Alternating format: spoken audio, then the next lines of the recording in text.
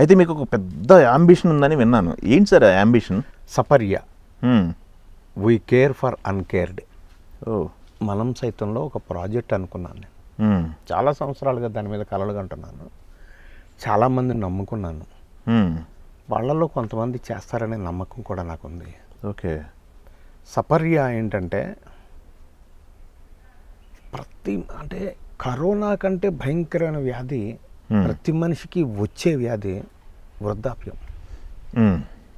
ఏ వృద్ధుడైనా వృద్ధురాలైనా డబ్బు అనేది విడిచిపెట్టండి.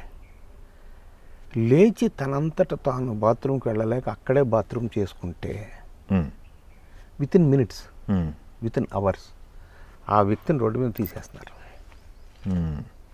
ఆ రోడ్డు పేరు వృద్ధాశ్రమం కావచ్చు, ఇంకోటి కావచ్చు. తన దగ్గర అయితే పెట్టుకోరు, ఇంట్లో అయితే ఉన్నారు. ఆ ప్రెమిసెస్ అతను సాధించిందే అయినప్పటికీ అలాంటి వాళ్ళని దత్తత తీసుకోవాలని మన కోరిక. ఇది అంటే నేను చూసిన సమాజం వరకు అన్న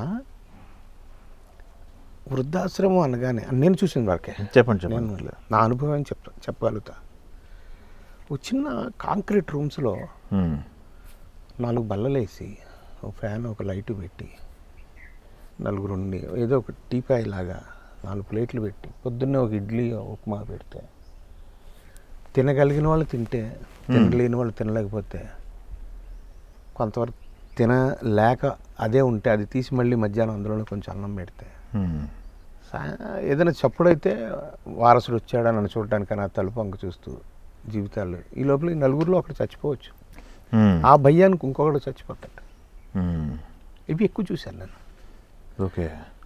ఒక పెద్ద తోటలో ఒక వాటర్ పాయింట్ లాగా పెట్టి, చుట్టూరు ఒక వాకింగ్ ట్రాక్ లాగా పెట్టి, పెద్ద పెద్ద మొక్కలు, అంటే ఇప్పుడు మొక్కలు పెంచవలసిన పనిలా ఇన్స్టెంట్గా అక్కడ నాటేయచ్చు. అవును, తీసుకొచ్చి అలా పెట్టుకొని గ్లాస్ రూమ్స్లో చుట్టూరా గ్లాస్ రూమ్లో పేషెంట్లు పెట్టి తనకి ఇష్టమైనప్పుడు చూస్తాడు, ఇష్టం లేనప్పుడు కర్టెన్ వేసుకోవచ్చు. తను చెయ్యి ఎత్తితే పక్షి, నీళ్లు, మనిషి, ప్రపంచం, ప్రకృతి తనకుంటే ఓ నేను బతికే ఉన్నాను అని బతికినంత వరకు బతుకుతాడు. ఓకే. బతికుండగానే చచ్చిపోతున్నారు లేకపోతే అలా చేయాలని అక్కడ ఒక జనతా ఆసుపత్రి, ఒక అనాథాశ్రమం, ఓకే, ఈ వృద్ధుల ఆశ్రమం చేసి ఈ 3 కలిసి సపర్య, వీ కేర్ ఫర్ అన్కేర్డ్ పెట్టాలనేది నా కళ. అఫ్కోర్స్ అంటే నేను ఏది తలుచుకున్నా ఇప్పటి వరకు నా జీవితంలో నేను సాధించా, ఏమీ లేకపోయినా. ఓకే. దీనికి కూడా ఏమీ లేకపోయినా నేను సాధిస్తానన్న నమ్మకం నాకుంది. ఇలాంటి మంచి మిత్రులు నాకు అండగా ఎప్పుడూ ఉన్నారు. అలాగే కెమెరా తల్లి, మనం సైతం అనే వ్యవస్థని ఎవరైతే చూశారో, దాన్ని అనుభవించారో, ఐ మీన్ టు సే దాన్ని గుర్తించారో, గమనించారో, వాళ్ళంతా నాకు కూడా ఉన్నారు. ఓకే.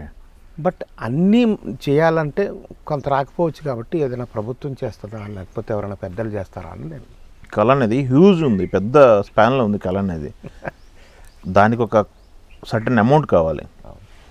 అది ఇప్పుడు ఈ మీరు కన్న కళ ఎక్కడ స్టార్ట్ చేయాలని, ఇప్పుడు హైదరాబాద్లో అయితే వర్కౌట్ అయిద్దా ఇప్పుడున్న పరిస్థితుల్లో, లేకపోతే రాష్ట్రంలో ఎక్కడైనా పర్లేదని?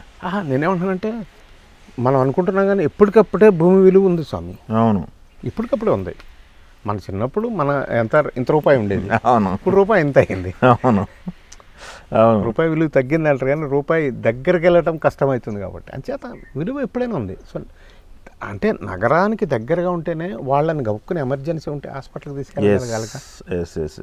ఇప్పుడు ఎవరైనా తల్లినో తండ్రినో అక్కడ పెట్టుకున్నా వాళ్ళు వదిలేరండి, వాళ్ళు దుర్మార్గులేం కాదు. తల్లి తండ్రి ప్రేమ ఉంటుంది, తన బాధ్యతల వల్ల వెళ్ళలేకపోవచ్చు. ఒక సండే వస్తే రావడానికి కూడా ఉండాలిగా దగ్గరగా.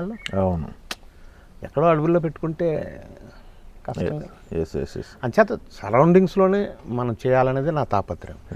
ఏముంది అని అడిగినట్టు నన్ను ఏముండి ఏం స్టార్ట్ చేసాం జీవితం? అవునవును, ఉట్టి చేతులతోనే కదా వచ్చాం. అవును, ఈ చేతులు ఉన్నాయిగా, నీలాంటి వాళ్ళందరి దగ్గరికి వెళ్ళి ఆడుకుంటాం, తీసుకొస్తాం, చేస్తాం, అది నమ్మకం. Yes, very good. డిసప్పాయింట్మెంట్ కాదులే కానీ అఫ్కోర్స్ మీరు కన్న కళకి అవును. ఏది ప్రాక్టికల్ ఏది ప్రాక్టికల్గా లేదని చెక్ చేసుకోవాలి కదా అని చెప్పేసి